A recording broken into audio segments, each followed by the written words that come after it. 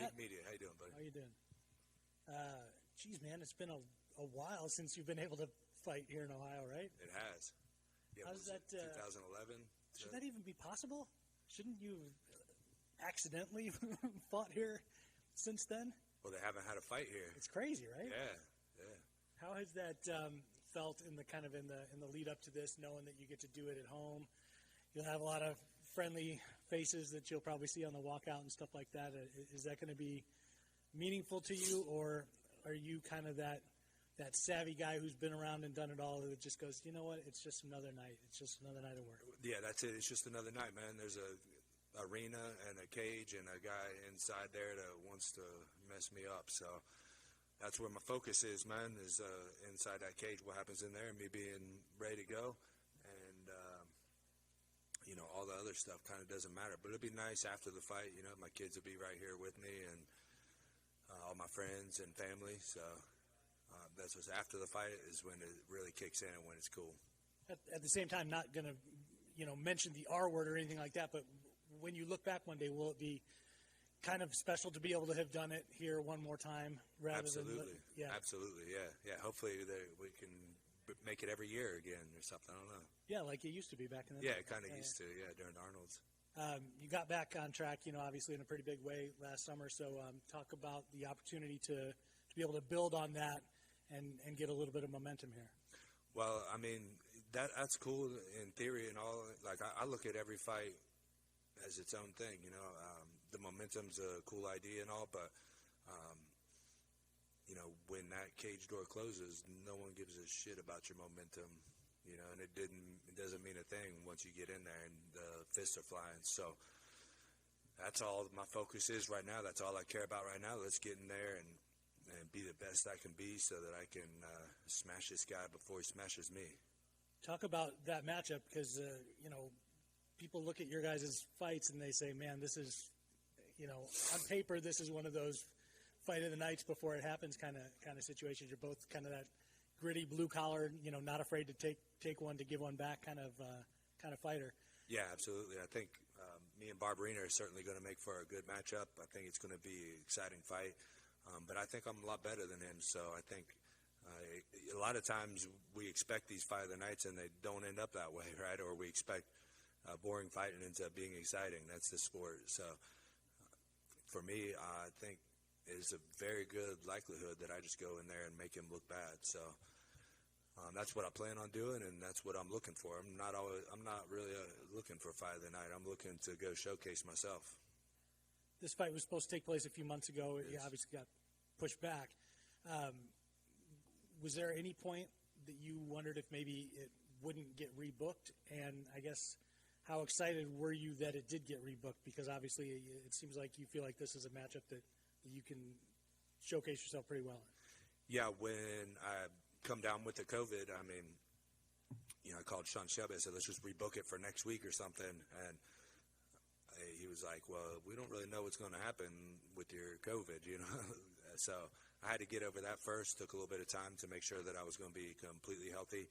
When I was healthy, I just called him and said, look, I'm ready to go. Let's get something booked. And just so happened that Barberina tweeted like right around the same time that he wanted me again. And I said, all right, well, let's make this easy on Sean. Let's go. He talked to us earlier about, basically, being a fan of yours from way back. You'll probably run into that situation a few more times if you keep doing this, right? I mean, because you've been around, you've been in there. I've run into it before, yeah. When you look back on this one day, what do you think you'll feel about situations like that where you're fighting guys who say, man, I love that guy as a fighter. Like, I'm a fan of that guy as a fighter, and I got to fight him. Well, I've had that same situation myself, so I know exactly what that's like. I don't have any idea. I don't know. It's something I never really thought about. I felt that way. Like I fought Condit. I was a huge fan of his before I ever got in the UFC. Watching him in the WEC, that was probably one of the biggest moments. Or Almeida, Ricardo Almeida. Like I was a huge fan of his in Pride, and then ended up fighting him. Damian Maia. I mean, lots of guys, man. So I don't know. I look back and we're all just warriors, man. So I don't think all that stuff really means a whole lot. How much longer do you keep doing this? I mean, I guess I said I wasn't going to mention the R word, but what's that? 10 years. You want to do it 10 more years? We'll go to 50. So 9 years. I forgot I'm 41. I mean, anymore, there's no reason why that can't be a thing, right? I don't see any reason why not. You know, I plan on going till the wheels fall off, man.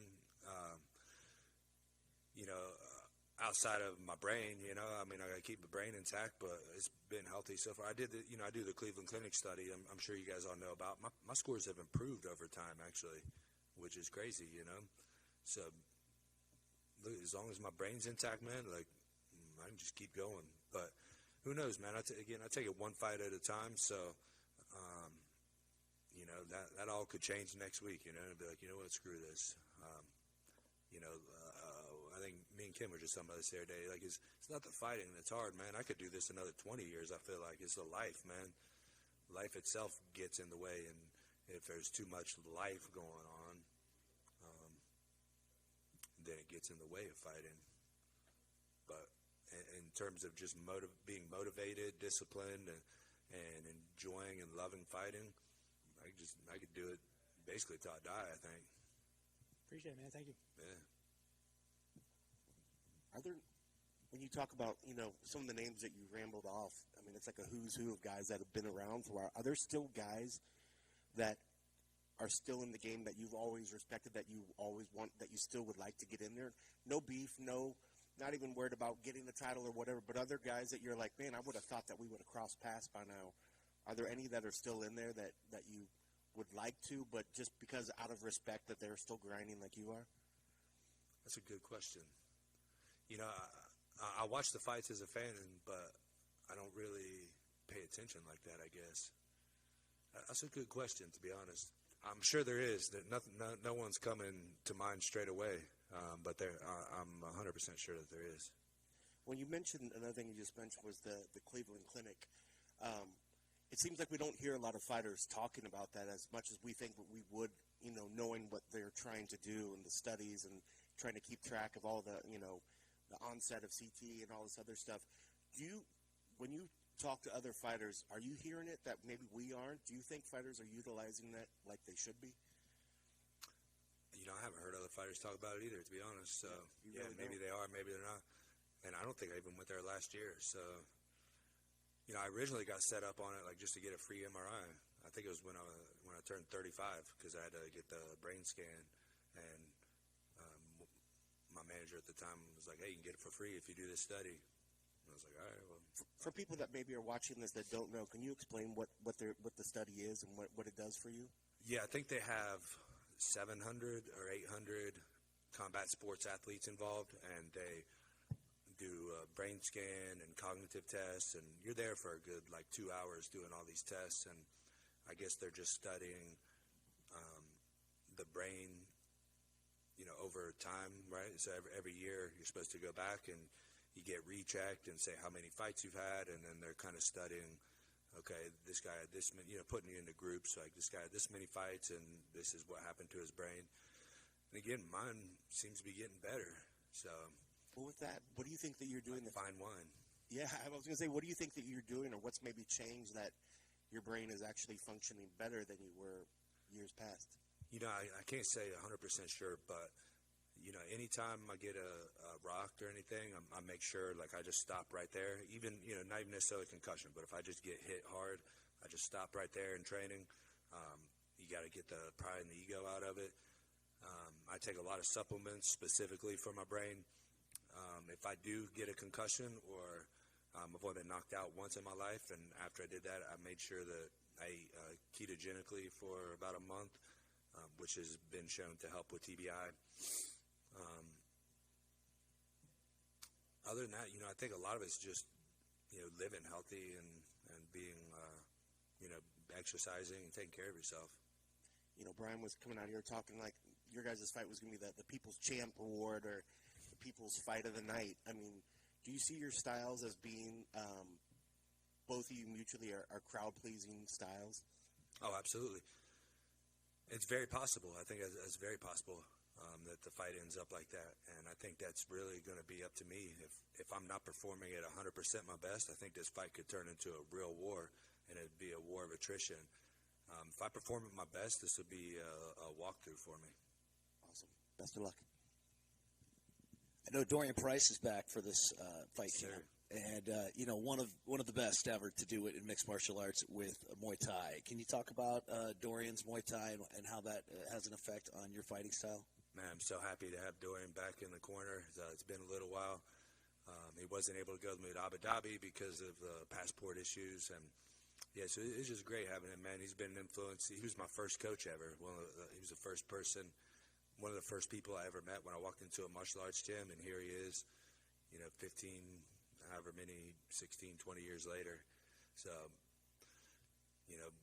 we're together till the end, man. Road warriors. Yeah. So, reflecting on the past and knowing that he was the first coach that when you walked into a gym, you're kind of that for a lot of kids today. Your gym, Immortal Martial Arts Center, is up and running here in Columbus, and I don't really hear you talk a whole lot publicly, and this, I think, would be a great opportunity to hear, what's going on with the kids program, because I know that you do a lot for the kids, and there's a lot of unique opportunities there. Yeah, that's one of the most fulfilling things in my life at this point, being in there with the kids, watching them succeed, watching them grow as human beings, and watching them just get stronger, more durable, more resilient people, man, and building that next generation into something powerful, and just getting them away from the constant influence of weakness they got around them, like everywhere they go, you just see this pussy culture around them, and we bring them in and we toughen them up and make them strong, confident, grow their self-esteem, and that's going to be a beautiful thing for the next generation. But they may be the few and the far between is the unfortunate part, but I'm happy to be a part of that, and I'm happy to do anything I can to promote the next generation. So Mark Coleman being in your corner this weekend is something pretty special for not just you, but all UFC fans. I think lately a lot of people have been super excited to hear the news about him being sober. Kind of explain to everybody what your experience is having the quote-unquote new Mark Coleman. Yeah, he's a different guy now, and he's always, even back when he wasn't sober, he was still like just an inspiration and just a powerful person to have in the room. But now with him being sober, it's just the next level, and it's just such a great thing to see. And he's helping me, of course, but he's also helping a lot of the amateurs and the lower pros. And a lot of you seen A.J. Dobson fight in the UFC, and so he's just out there on the mats every day, and that's what makes him happy. And I think it helps him stay sober, and just he's a powerful force in any room, man. Thanks, Matt. Good luck on Saturday. Absolutely, brother.